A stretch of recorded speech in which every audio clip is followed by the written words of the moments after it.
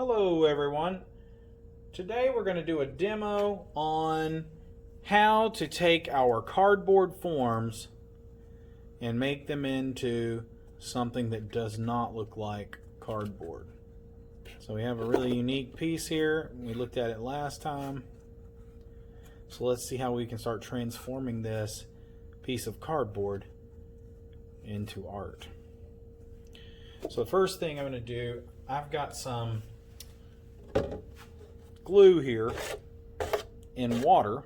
I recommend that you do it about half and half, water and glue, maybe even more glue than water if at all possible. And so I'm going to just stir this up again real quick as it sat here and got a little unmixed.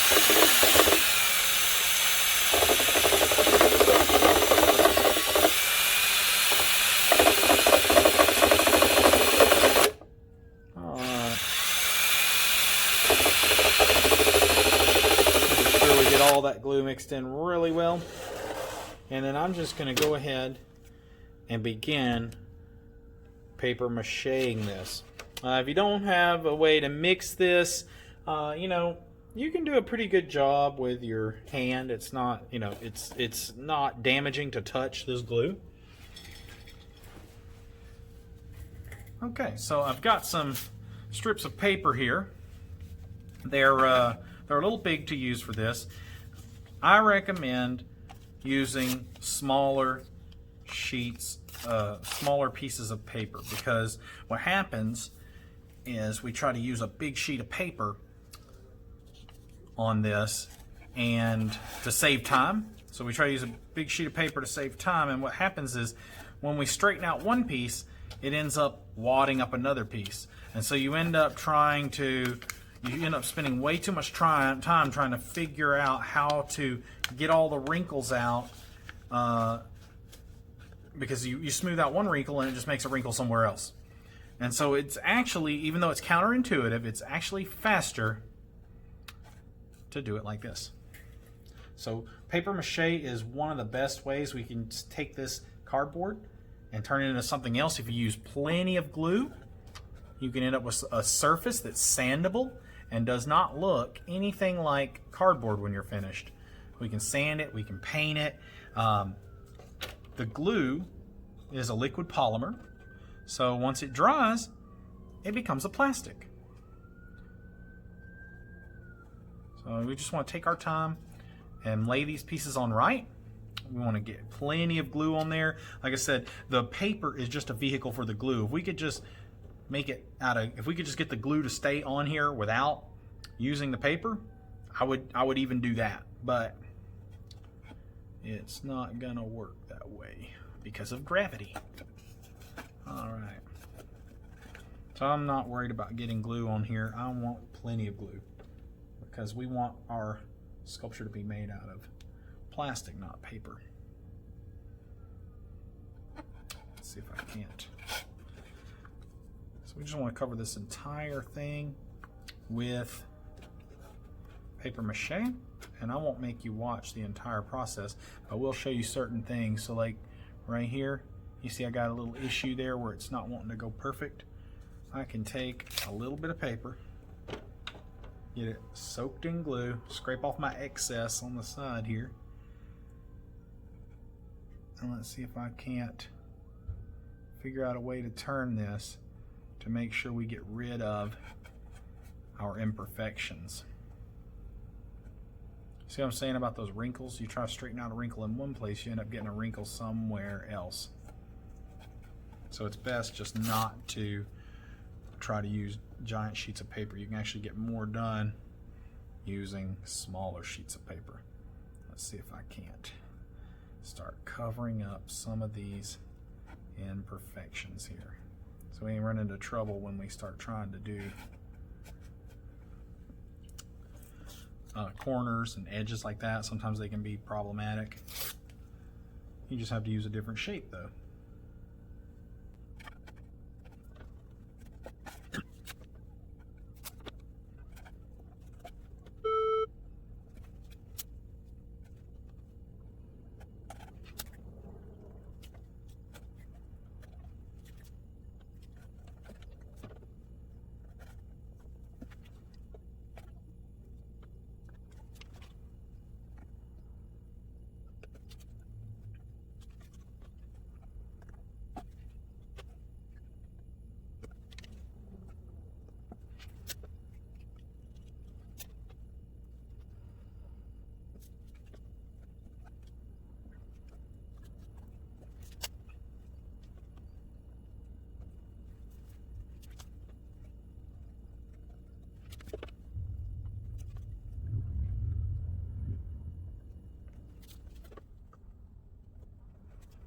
We'll slow this down for just a moment here. And I will show you, you want to pick the angle that you place these on based on, you know, the shapes that you're putting them on. So we want to be mindful of that and think of the best ways to apply some of these shapes. And you can see I use bigger pieces in certain places where I could, and I use smaller pieces where I had to. So the places that are more finicky and the smaller, and there's more angles and obstacles, I will use smaller and smaller pieces. The places where I get away with it, I might use a bigger piece.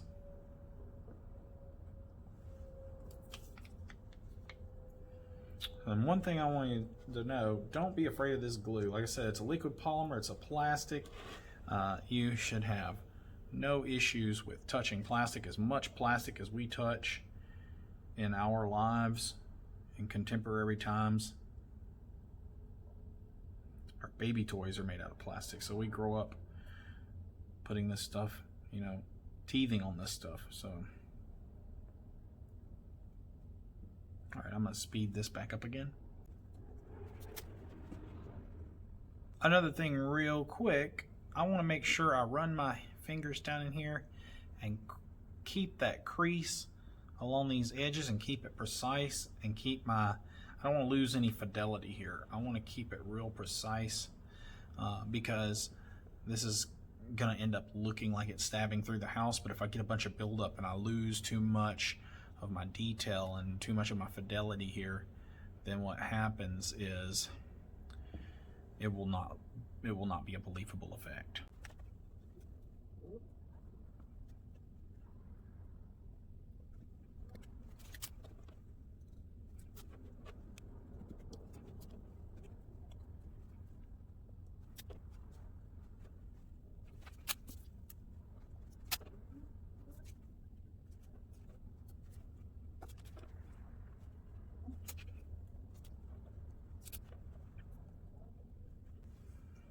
All right, another thing that you may have noticed is that no doubt you've noticed it, I'm hand tearing all these pieces.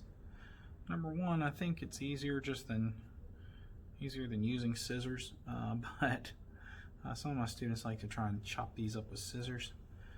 But to me, some of my students like to chop these up with scissors, but you lose those fuzzy edges, right? So those torn edges actually help. They seem to make the paper stick down better and be more durable overall in the long run and in the short run. In the meantime, in the short time, in the immediate time, right, while we're working on it. But it also hides the edges. It hides those places where the seams are at. So you don't want your seams to be seen. You don't want this to look like it's made out of paper, right? You want it to look like you see little patchworks and folds and wrinkles everywhere. That would not be good. So we want to hide all that, and those organic hand-torn edges help with that. Another thing you'll notice is that when I'm dealing here with these points, these little finicky places, I've switched back to using the little pieces, really tiny pieces of Mache. If I want to sculpt with the Mache, I can, but I just have to let it soak in the glue a little longer. So when I do that, I can actually get it really soggy, almost like a spitball, okay? And when I do that, then it's sculptable, almost like clay. Maybe not quite as nice as clay, but it's actually pretty effective. So you can do some pretty detailed stuff with it. If nothing else, you can get the job done. See, once again, I'm trying to make sure I don't lose that crease. I don't want to lose any detail.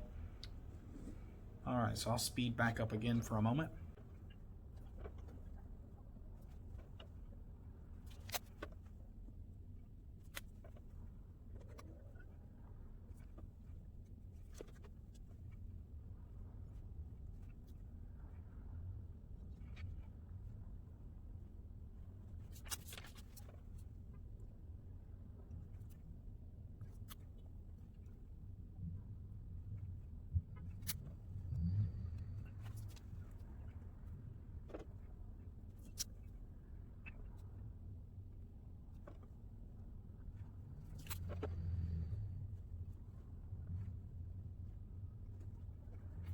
All right, that's the first coat. You guys will want to put a lot more coats than this on yours. The more coats, the better it's going to be, the more durable, the more easily sandable. So the more glue and the more layers you get, the more sandable it's going to be. And you want it to be able to be sandable because, you know, I've taken my time here and really tried to get these things pretty decent, but you see there's still paper poking up, coming undone. And that's going to happen no matter how careful you are. It's just some of the stuff's going to undo itself as it dries. The plastic's gonna, the paper and the plastic are gonna shift, and you're gonna lose some of your work. Not much, but you're gonna get wrinkles and stuff like that. So you're gonna want it to be nice and thick and easily sandable. I'm not gonna do this for this demo, but I'm gonna go ahead and show you some other techniques that you could do. So here I have some pencil shavings, and I'm gonna take some of my glue. I'm gonna pour it into my palette here because I don't want to mix it. All right, I do want to mix it, but just not yet. So I can take some of my pencil shavings and I can mix it up into this glue, and this will work better with just straight glue. But what I can do, I can start putting a texture on this. So I don't want any of the texture on my spikes, but I do want maybe on my house. So I can start kind of putting this on here. So I'll have a little texture on it when I'm done.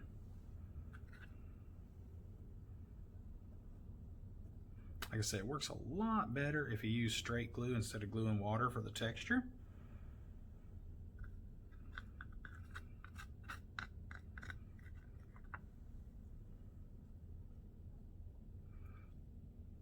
And there are other things we can use for texture, and there's other things we can use for coatings. So let me go ahead and put some paper down here so that we don't get gooey mess everywhere.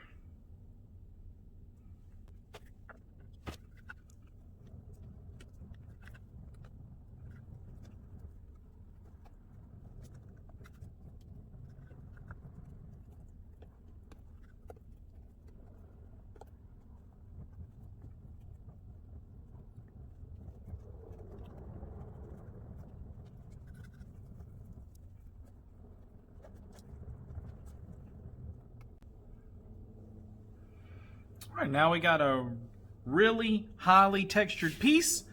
It is, it's very messy at this stage, so we're gonna let it dry.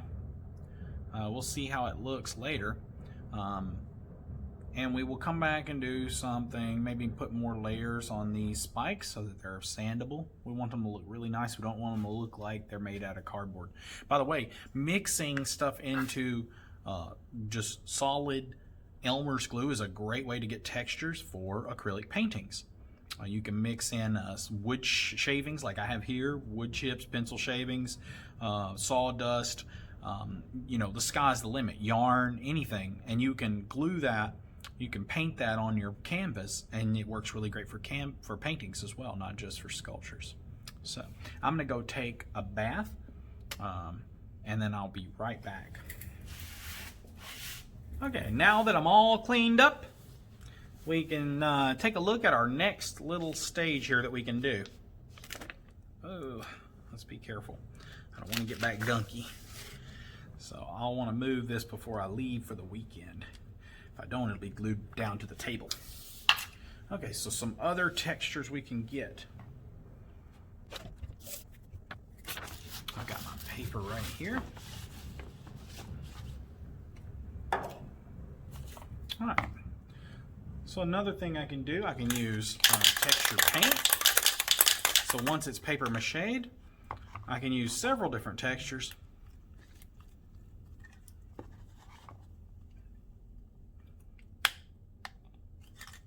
Never mind, it's broken.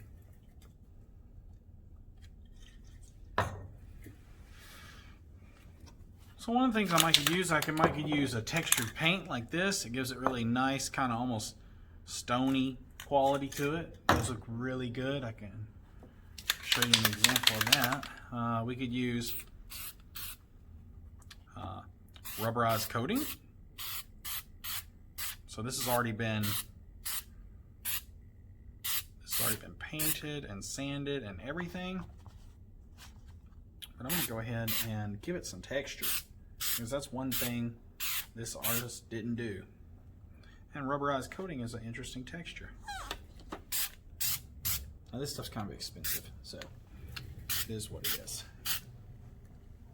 I bought it for a project where I was making a Futurama glove.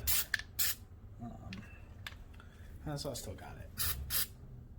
All right, so we'll let that dry.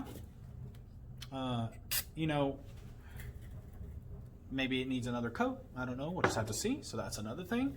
Another thing we can do is grate stuff. So I want to make a project just using just grate stuff as an expandable foam.